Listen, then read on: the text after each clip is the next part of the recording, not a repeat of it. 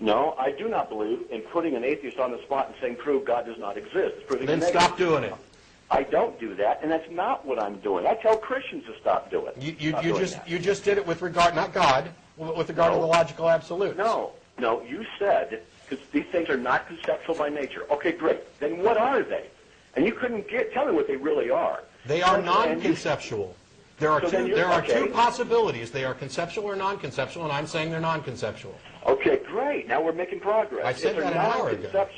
If they're non-conceptual, then I'm going to assume that what your meaning is they're physical. No. Non-conceptual does not mean physical. It means non-conceptual. It means that it's not conceptual. Whether or not it's physical or not is not the issue. You're making a fallacy. You're making a fallacy of exclusion. You're saying there's either physical or conceptual, and that's all there is.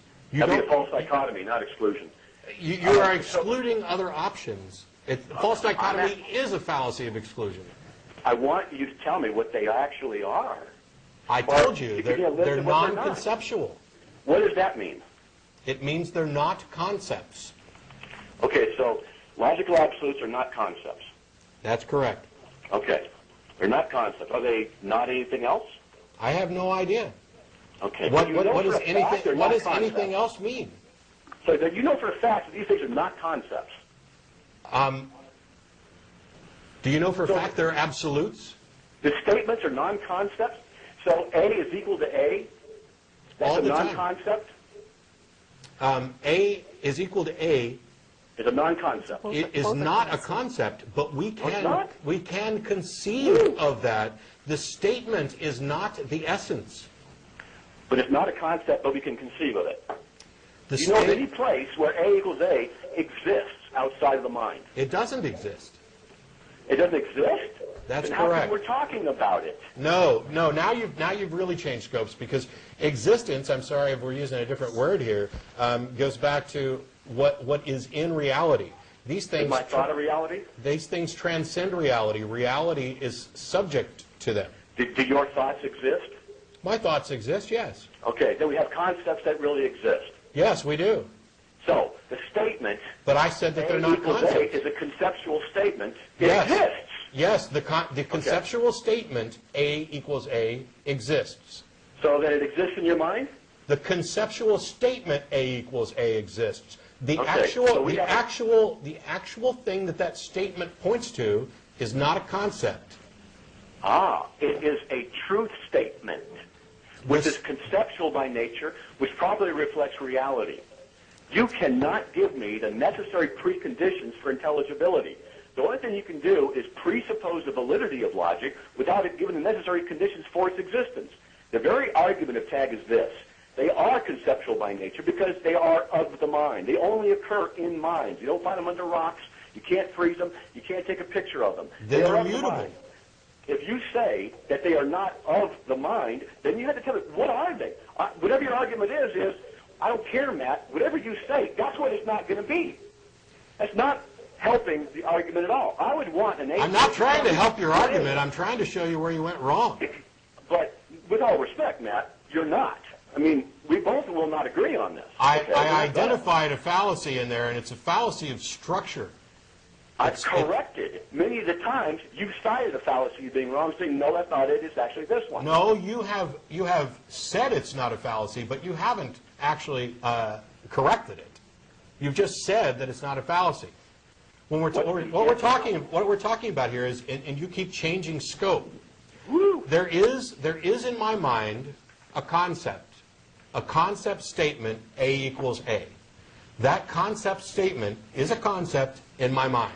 It points to something, just as a concept of an apple points to something. In the apple case, it points to something physical. In the concept A equals A, it points to something abstract. Yeah. Did you invent the concept? No. It's not dependent upon you. It's not. The concept itself, that concept statement, is not dependent upon me, but the concept statement itself is contingent upon my existence and my ability to conceive it. Because if I'm not here, then my concept disappears. So different minds can think these things up and bring them in or out of existence according to their creative ability?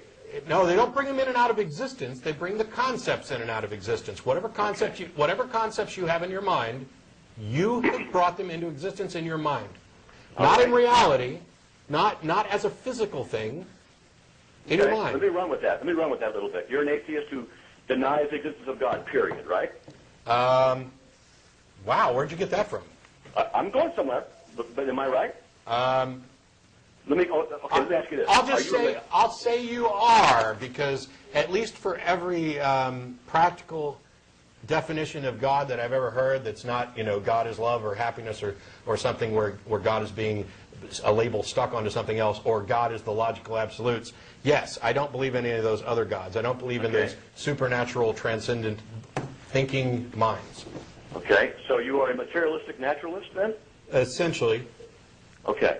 That would mean then that, to burning this down really quickly, your mind, your brain, is the product of physical properties in the universe and biochemical reactions.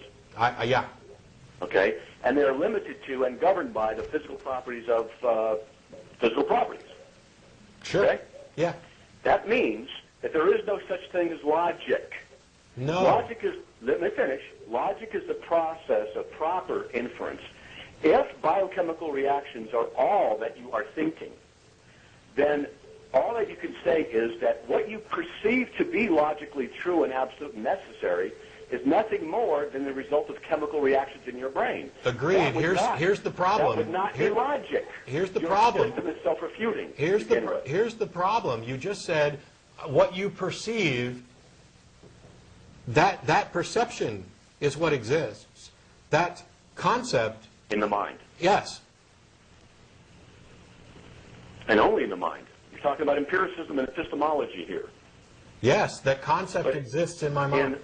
In naturalism, logic doesn't have a place of its own transcendent existence in any way. There's nothing more than the property of chemical because reactions. it's an abstract. Then there is no such thing as logic in your worldview. It is the essence of what it is. Here's what confuses me the most.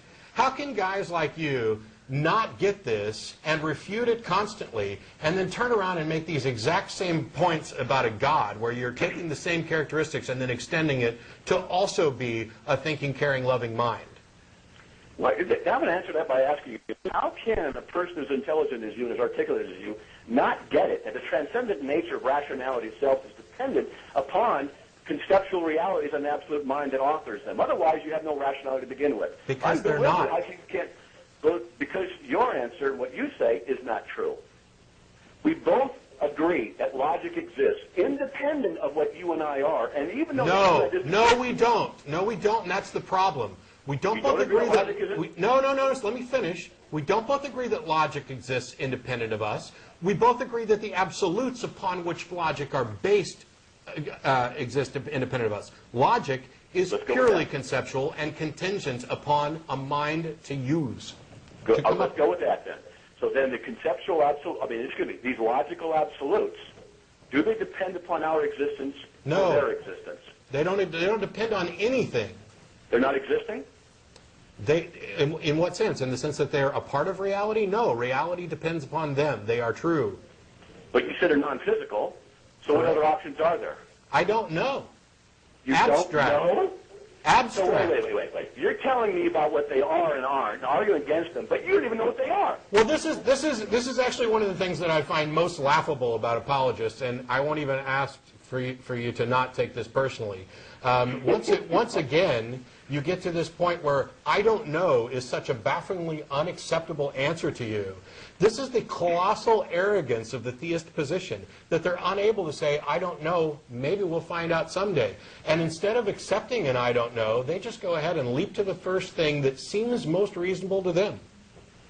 If I were in a formal debate with you out there in Austin, Texas, and we're debating this issue, and you said, after I asked you, tell me what the nature and the essence of these things are, and you said, I just don't know.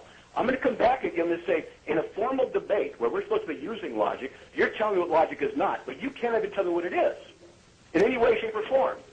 No, that's not in any way, shape, or form. We're talking about within the context of what you're talking about. I already told you they're non-conceptual. Now you want me to start going through all the other possibilities and eliminate those as well, and I can't do that, and neither can anybody else. I'd like that. Well, I can do it for you. I'd like you to prove that God physical. exists without a fallacy. They're obviously not physical because we can't weigh them, see them, touch them, measure them. You're asserting that something is either physical or conceptual, and that there are no other options.